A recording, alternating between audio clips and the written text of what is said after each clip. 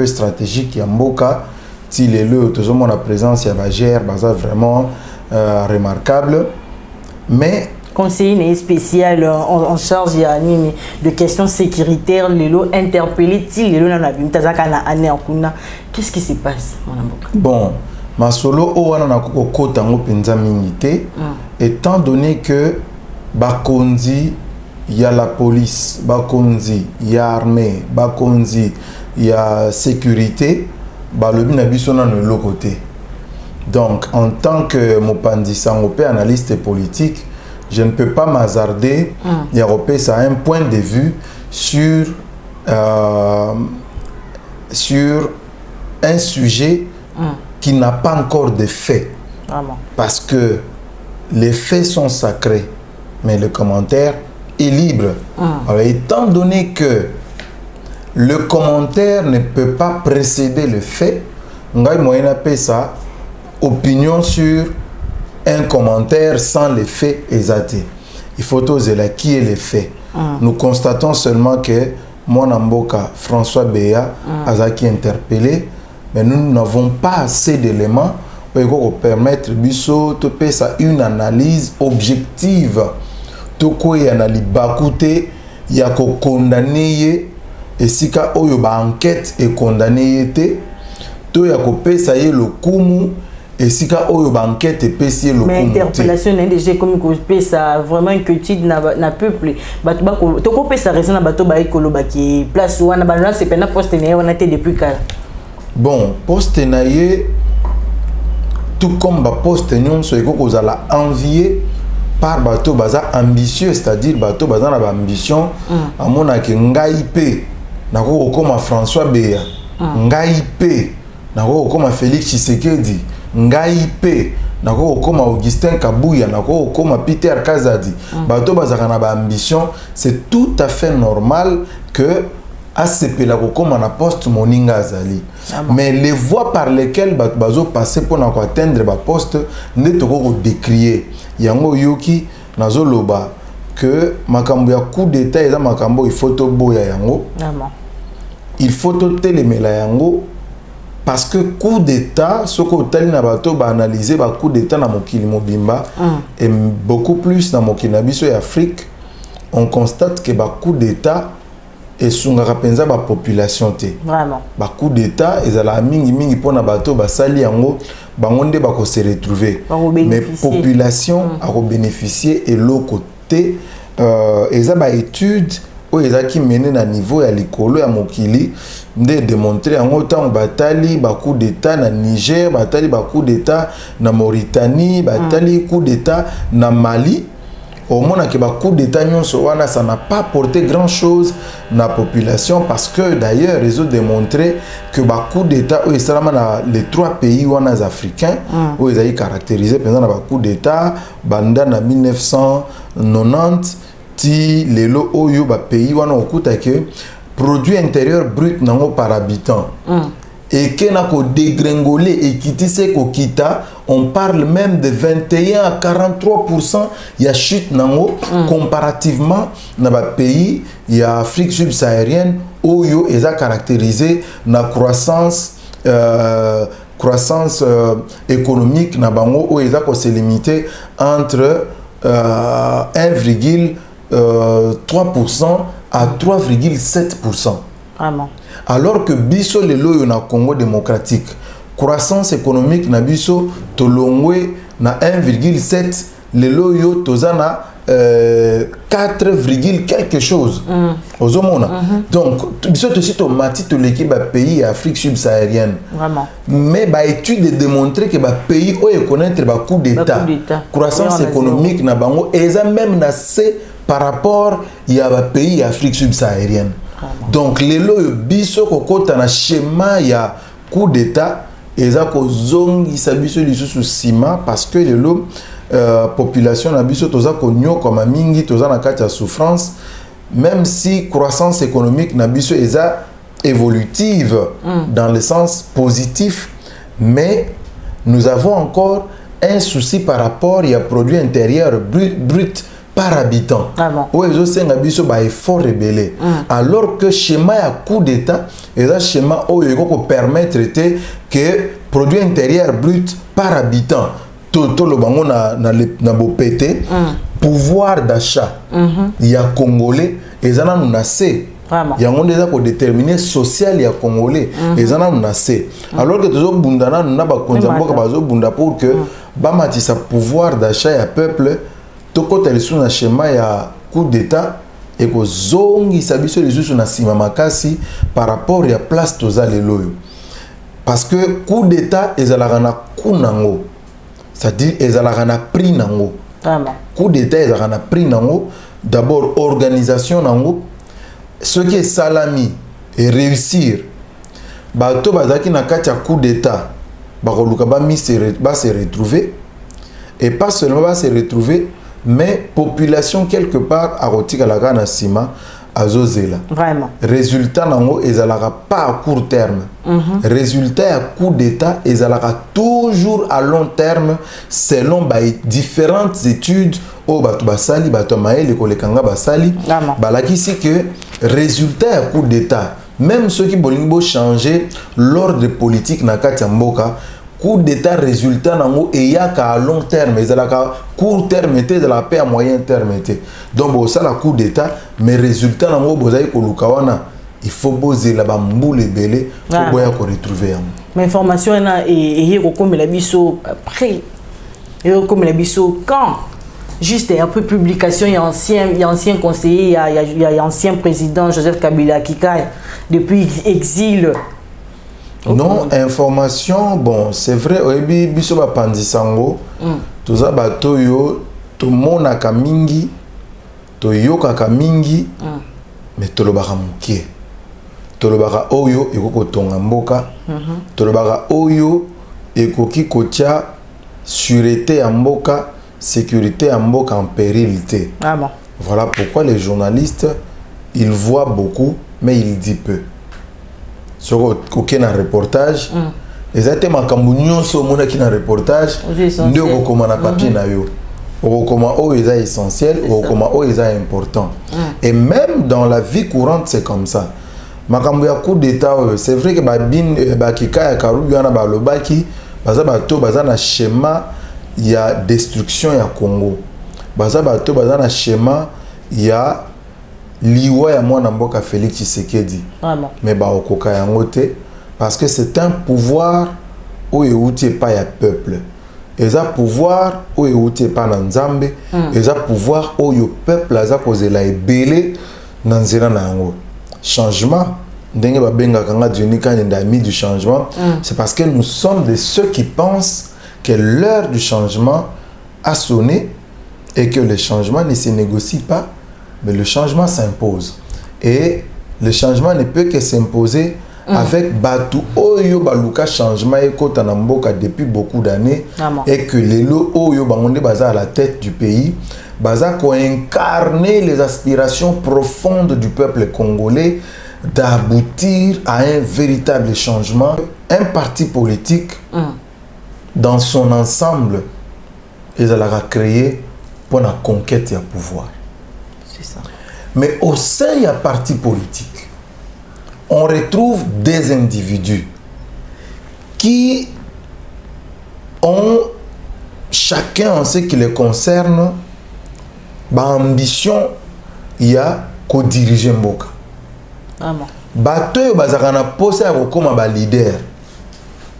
Bato bazakana posa ya ko diriger akoma bourgmestre, akoma gouverneur, comme ministre, comme député provincial, national, comme sénateur, Batouana bakendaka ko adhérer na ba église té. Bakendaka ko adhérer na ba ONG té. Bakendaka ko adhérer na ba parti politique. Donc, ceux qui n'ont pas limbola parti politique, ils ont ensemble ya batu oyo balingi bakoma mokonzi quelque part. Bosiko yebisanga bato yo baza ko constituer ensemble ya bato balingi ba comme mokonzi quelque part ceux qui ba kutani bango nyonso place moko et que poste moko boya ko comme mokonzi eza quelque part bato wana bakotana na misu kaka boye c'est normal. Donc biso nde bakongolais nde tozokamwa yango, mais ça c'est des effets d'un parti véritablement démocratique. Parce que na ba parti où est démocratique te kokoma mokonzi ezalaka décision ya mokonzi azali kolo kuna yenda décidera lui bon yo komi mokonzi yo okoma mokonzi te yo mwasi yo okoma mokonzi yo mwasi yo okoma mokonzi te. Mais dans un parti démocratique on laisse les ambitions se manifester. Si kaba konzi o ya parti bazo tala bato bazo manifester ba ambition na bango ya kokoma ba konzi ici ou là-bas nde bakozwa bango bakaze bango.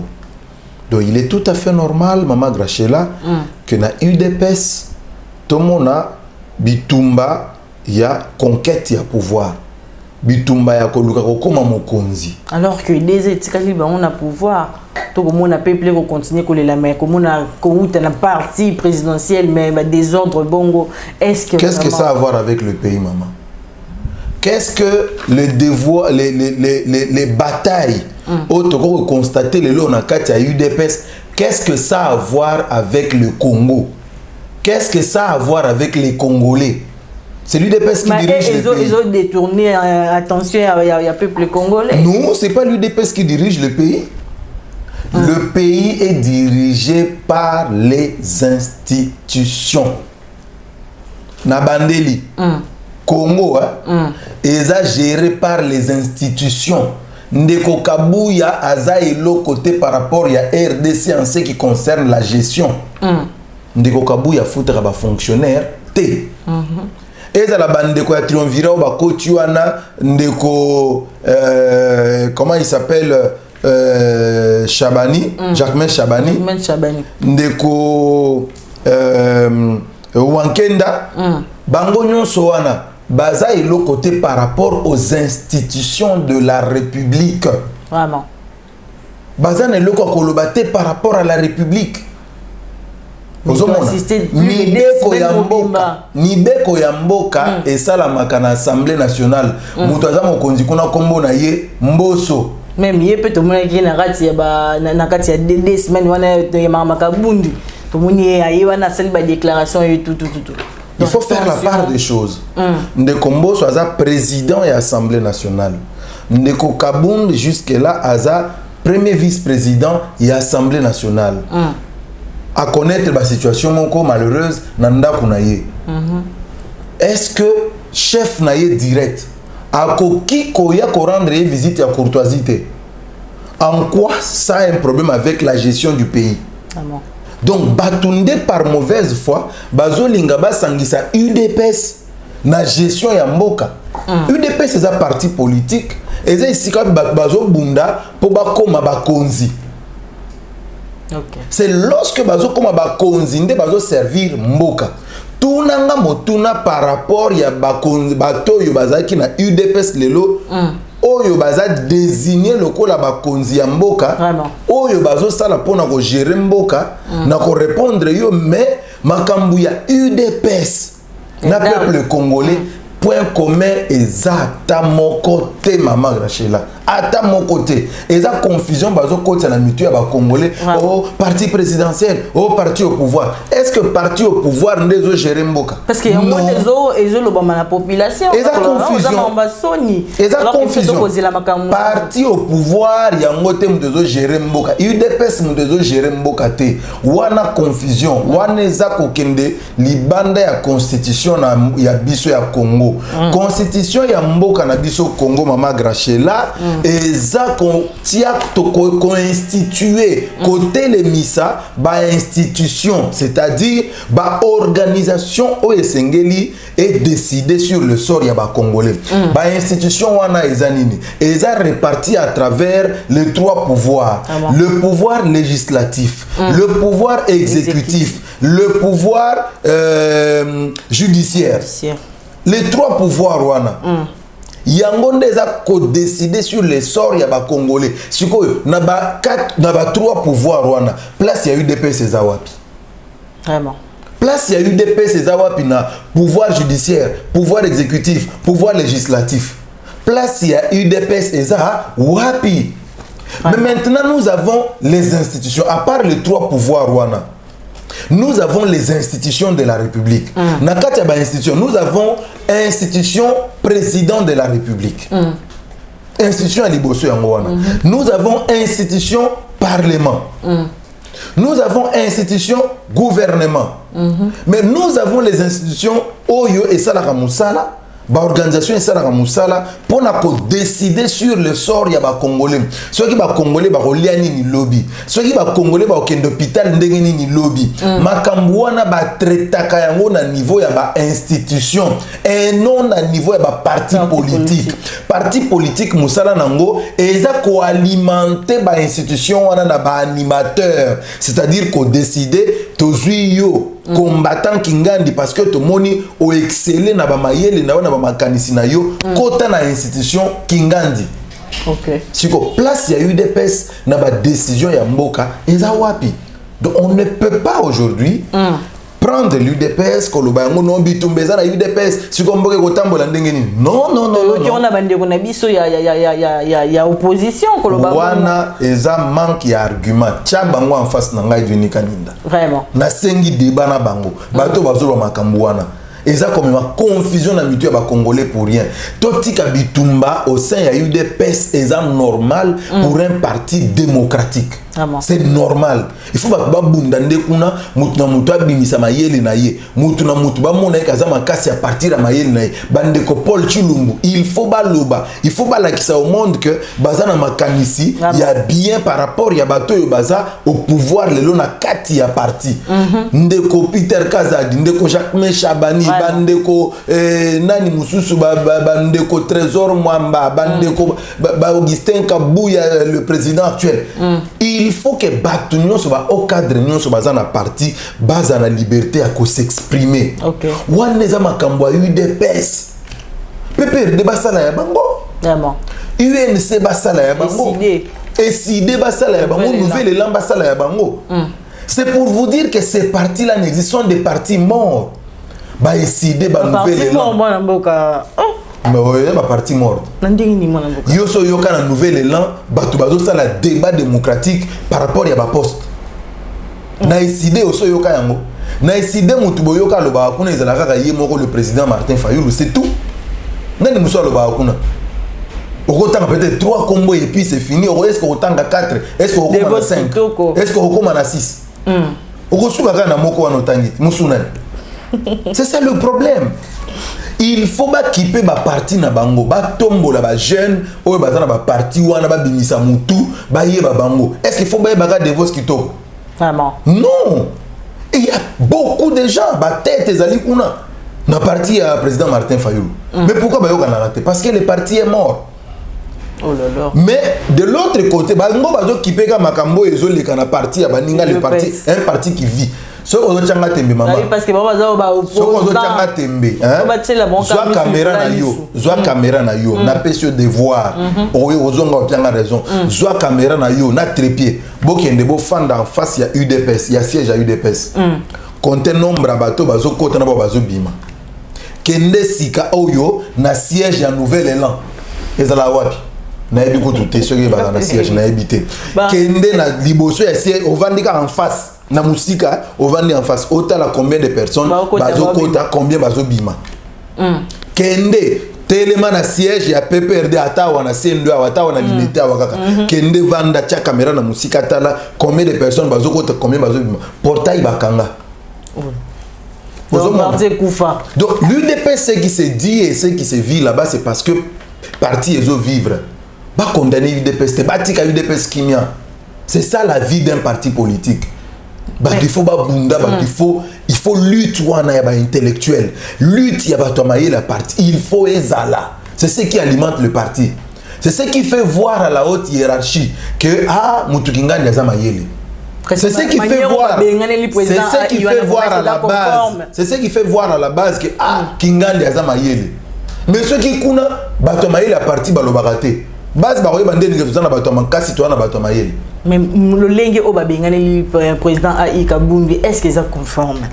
oh il fallait pas s'en donner ça mi be qu'on a bango ya parti yo ngo opposé bango mi be koni on ngo tshela bango mi be kwani ya décidé on a mi be ko ya UDPS il mi be ko ya UDPS so on a commenté dans le banit ni mi be ko ya UDPS ba appliquer yango et mi be ko ya UDPS donc il faut que tika UDPS ba gérer makambo na ba ndenge bazo gérer yango ndako to sangisa ngona gestion ya mboka te kasi lelo to komi yo moni président zo kipango vraiment auta na UDPS mais est-ce que bo ki ata kosoli oh Jean-Marc Kabundu boye oh Augustin Kabuya boye oh Paul Chilumbu boye oh Jacques Mechaban est-ce que boyo ki ya kosoli ata azo kipe makambo gestion ya mboka makambo za sérieux à gérer na mboka vraiment surtout na déjà etika to koyoka déjà makambo ba coup d'état et tout est-ce que président de la République azali entouré na ba collaborateurs il y a bien bakoki komema bakoki ko relever au fait des filles vis-à-vis ya population mais peuple congolais azana batu ya malonga mais c'est vrai quelque part le lo eza penza moi kokoso parce que il y a aussi des jouisseurs faut être honnête ya ko reconnaître ngo que na pouvoir il y a président Fachi il y a aussi des jouisseurs vraiment ba travailleurs ba moké j'espère que mon conseiller mon groupe a remarqué vraiment que ba bosseur hein ba travailleur ba to ceux qui a PC musala a PC mu Congo aza sûr que a otika la osala ngo ba za moké c'est pourquoi les lots résultats ils ont eu quoi même dans le gouvernement de Michel Samalukonde ba travailler baza moké ba travailler baza moké ba to makele ndé bazé belé ba to ba TV bazé belé vraiment mais ba to musala penza baza moké donc lo ba belé musala moké ceux qui premier ministre azawana balagisi ke bazo sala ceux qui premier ministre apesi mu Congo balali na bango ba balali na bango pongi. Est-ce que le président aurait réussi au mandat le soir, Bameli, tout ça, et puis c'est Peli, dans la soirée, Bakouta Bameli. Oui. Alors que le peuple congolais a osé là-bas résultat. Voilà pourquoi il belé faut pas tchabango libanda. Ba ministre belé bazon il faut pas qu'il libanda. Ils ne font rien. Mais qu'est-ce qu'il faut? Déjà maintenant moi Namboka Félix Tshisekedi je crois que les années au petit premier mi-temps bozo qui de 0-0 il y a un adversaire maintenant beaucoup de deuxième mi-temps on peut dire qu'il est vers la fin mais il faut ça est-ce qu'il y a un changement. Je crois que les meilleurs d'entre nous Congolais pour occuper ma place. Les meilleurs ne viennent pas de l'Europe. Les meilleurs ne viennent pas seulement de Kinshasa. Régime passé les meilleurs baba kobima déjà to monde de commande bani kobima déjà mamboka. Ba meilleur bako kozala pe bazaki pe autour ya Kabila. Et tokolo bateke parce que bato bazaki autour ya Kabila bazaki ba américain c'était des Congolais. Hein? Est-ce que bango nyonso bazaki ba médiocre? Non. Il avait aussi bato bazaki excellent. Oh ba yebaki musala, bazaki compétent. La preuve en est que le président de la République n'a pas chassé tout le monde. Il a gardé certains. Oh à mon avis que bazana ba compétence. Même si bazana ba erreur mais baza compétent. Est-ce qu'on ne peut pas travailler sur leurs erreurs pour na kolongola ba erreur na bango comme ça bango utile à la République? Donc le président doit avoir maintenant des yeux grandement ouverts pour na ko dénicher ba talent atamboli na intérieur ya mboka amoni na Kinshasa ayebi.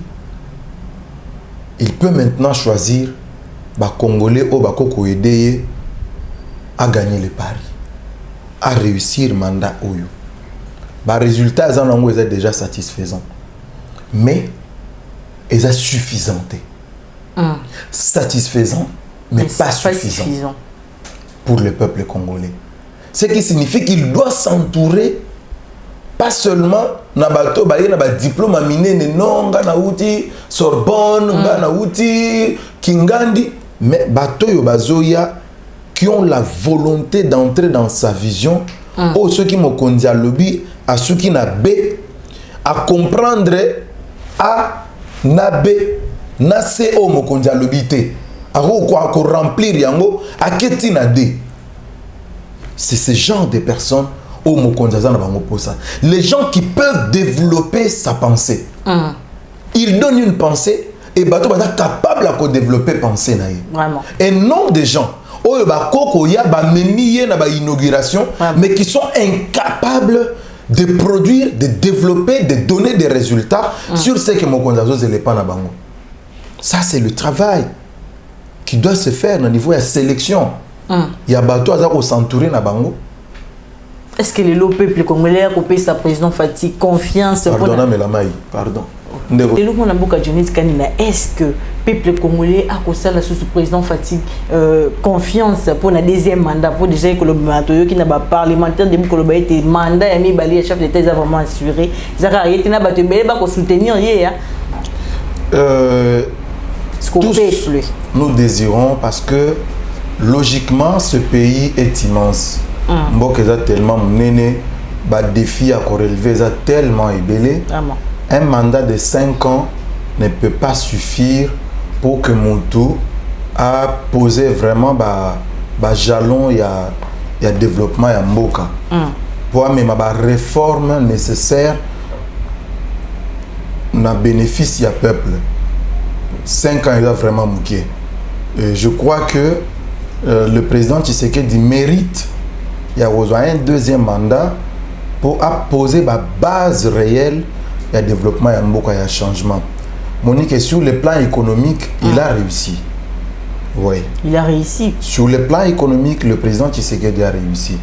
Parce que les lots, nous sommes partis d'une croissance, il y a 1,7, mais le lot, 4, quelque chose. Et tous autres qui vers 6%. Donc, ils ont encouragé sur le plan économique, mais maintenant, il reste sur le plan social. Ils ont une réforme où il faut même sur le plan social et pour même il lui faut encore du temps. Or, tu as coupé l'élan wana. C'est tout cas l'élan wana. Au nom président Moussousoya. Akoluka bandana nous pena nous abandana ko yeko la barouage ya pouvoir tout ça va lui prendre du temps. Vraiment. Et c'est le peuple qui en sera perdant. Voilà pourquoi nous encourageons. Je ne peux pas parler comme bateau que le mandat est assuré, mais je dis que nous encourageons les Congolais. Bah changement est nécessaire à tout moment. Maman Grachela, vous savez, on ne change pas l'équipe qui gagne. Ok. Ce qui déjà sur le plan économique, il est en train de réussir. Réserve de change, les lots de Kominango, ti n'a pas 4 milliards. C'est quelque chose de très important. Alors que Joseph Kabila, qui a fait 18 ans au pouvoir, n'a laissé que moins d'1 milliard de dollars. Vraiment. Mais lui, en 3 ans, il a déjà 4 milliards de dollars de réserve d'échange. Donc sur le plan économique, bilan n'est pas bon. Mais sur le plan social, c'est là qu'il y a vraiment un drame. Kuna, ça ne va pas. Sur le plan social, ça ne va pas. Il y a des peuples à Lingaka. C'est pourquoi, comme déjà il a réussi sur le plan, il y a diplomatie. Il a réussi au moins à rejoindre sa RDC à un niveau respectable sur le plan international. C'est déjà une bonne chose. Deuxièmement, sur le plan économique, il a réussi. C'est une bonne chose. Sur le plan de la sécurité, l'îlot au moins, à part Est et Mboka, vous sentez que Mboka est quand même na Kenya. À part Est et Mboka. N'oublions pas, Tobo, ça n'est pas Toutité. Maman Grachela. Tobo, ça n'est pas Toutité. Sur le plan sécuritaire, même Nagisha, Tobo, ça n'est pas Toutité. Les loyaux sont talito ya kuluna. Bon, je n'ai pas encore regardé les études. Non, Nathalie ba étude et salamité. Namon a mené ba étude nanuté. Mais à voir comme ça que kuluna vraiment Ekiti na Kinshasa. Ekiti. Quelques poches ezana nous na ba Selemba wana na ba Bumbu na ba Makala. Quelques poches ezana nous na ba tiangu ya kati ozomona moi ba poche ezananu mais pas ndenge ezalaki. Et on a trouvé au moins une solution où ils ont séparé ça tous les lots parce que bakulu ne comment qui bazot ba na quartier pendant boy wa net na film ben rambo ben boy to ba bomi ba ki ozomona botikeli boloko ti bembe na bino mais les lots yo bazozwa bango ba mi bango na kanya makasi zo futa bango ba otinda mbongo na kin. Tu vois que de ce côté là il est en train de réussir. Donc sécurité quelque part il est en train de réussir à part na est ya mboka oyo état de CHP eza ko sala fait ba prouesse na yango ozomona. Donc il est en train de réussir d'une certaine manière mais sur le plan social c'est là que c'est encore catastrophique. Vraiment. Donnons-lui la chance que notre deuxième mandat oyo a se focaliser maintenant sur le social. Au moins, les investisseurs net américains, États-Unis, balobi, bolanda qui discours na bango ba ki balobi na année 2022 oyo ndé ba investissement américain ezo banda. Donc, donnons-lui la chance totale ati année ndenge okende ko suka na année oyo ya suka pe à élection, total ndenge makambo yekende, on lui donne une seconde chance. Deuxième mandat naïe à s'occuper de makambo étali social. Je crois que Congo te recommande quand même à niveau. Mais tout le monde qui ndeko Denis Kadima Koloba était poussé au fait par raison et au sein a été élection exalatée en 2023 et tout. Mais si c'était polémique, il y a des gars mboka baba Koloba baba ndeko même si il y a opposition ba Koloba était ba côté les mais glissement au mon konzamboka ngami abatna glissement. Ndeko Grachela. Tout le monde malembe na kimia. Na kimia. Ndenge tozana minito na Congo. Nani aza prêté pour la élection? Est-ce que ça Félix Tshisekedi? Je dis non. Parce que Félix Tshisekedi ndenge eza boye toloba na vérité en tant que ba Congolais. Est-ce que Félix Tshisekedi azangi mbongo ya kosala nango campagne? Est-ce que UDP azangi mbongo ya kosala nango campagne? Toloba na vérité entre biso ba Congolais. Vraiment. Est-ce que UDP azangi vraiment mbongo ya kosala campagne? Est-ce que UDP azangi mbongo ya ko aligner ba candidat?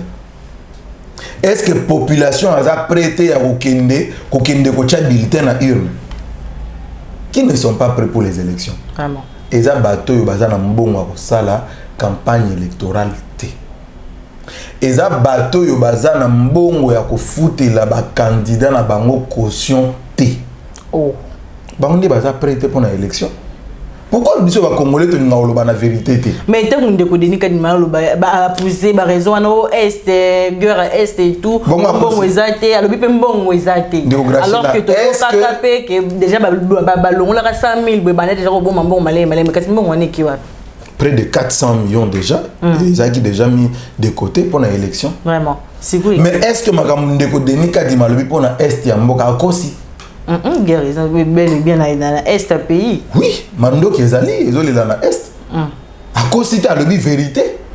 Bon, pourquoi ils sont Congolais, ceux qui ont la vérité, ils ont la vérité.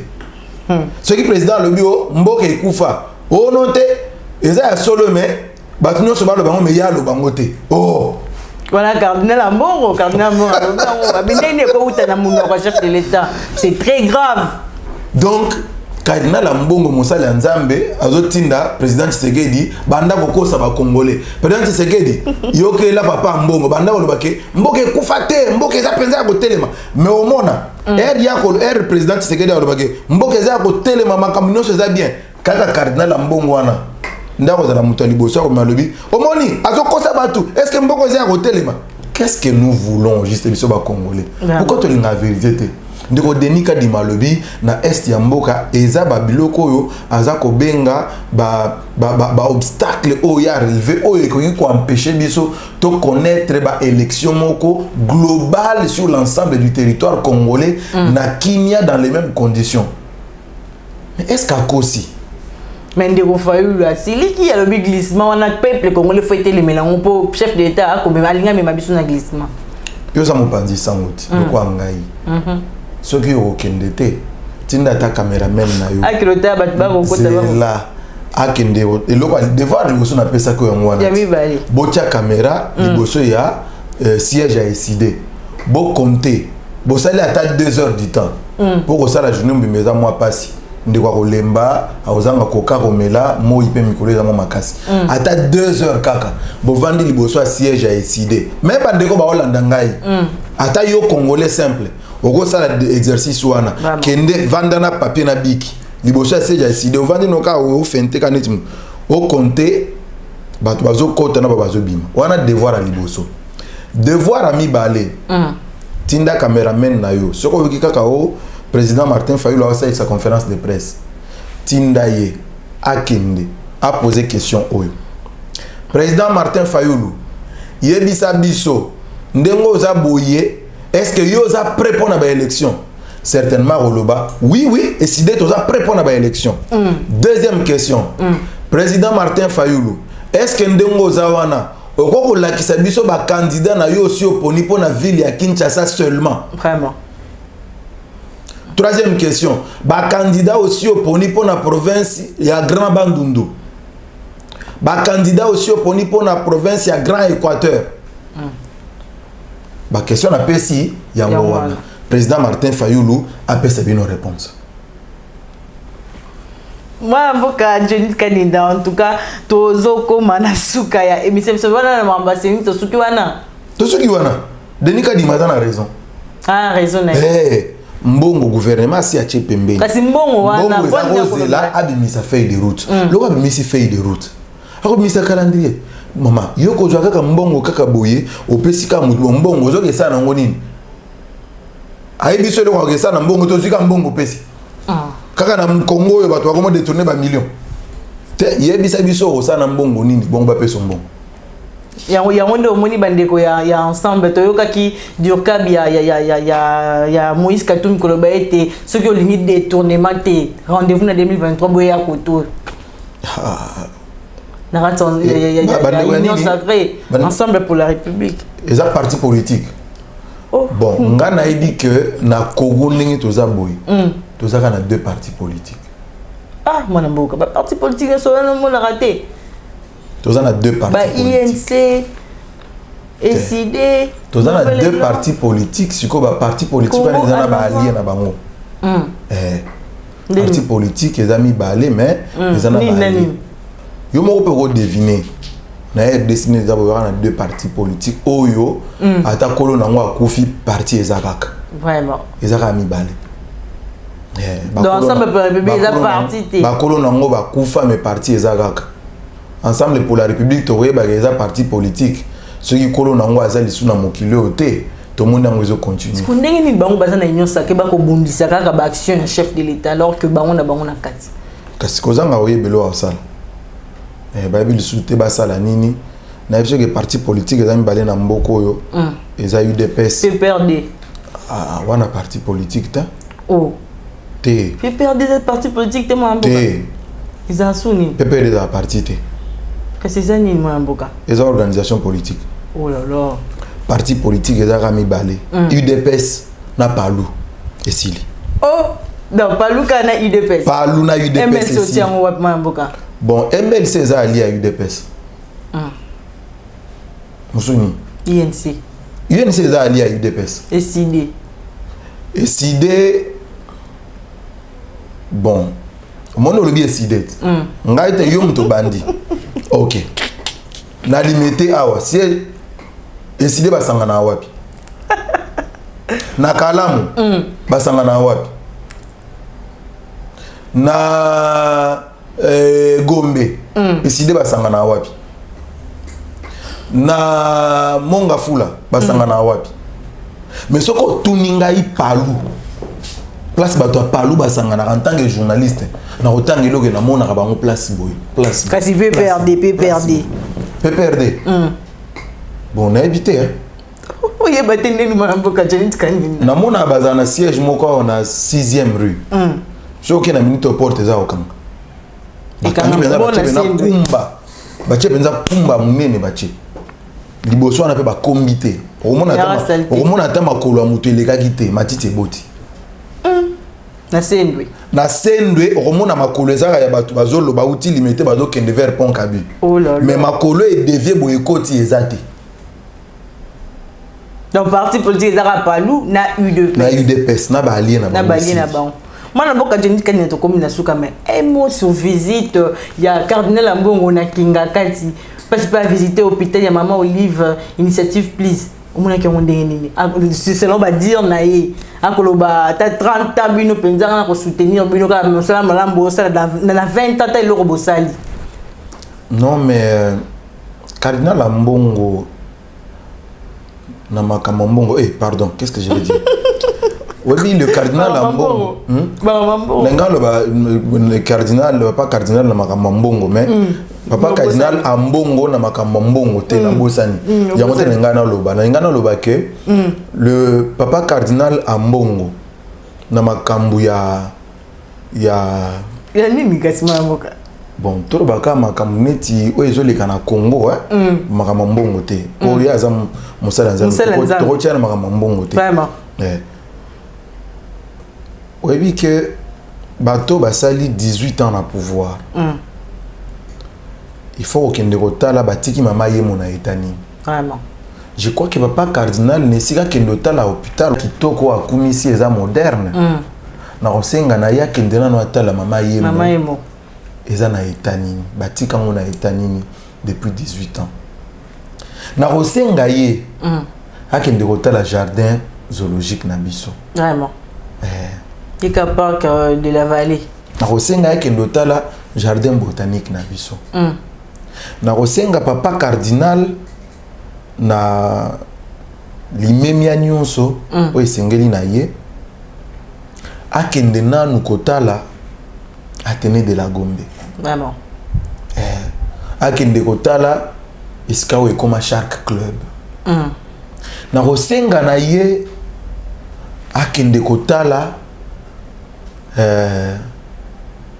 ba société na biso zaki nango ya minene o ezako koti la biso mpiodi soso ainsi de suite.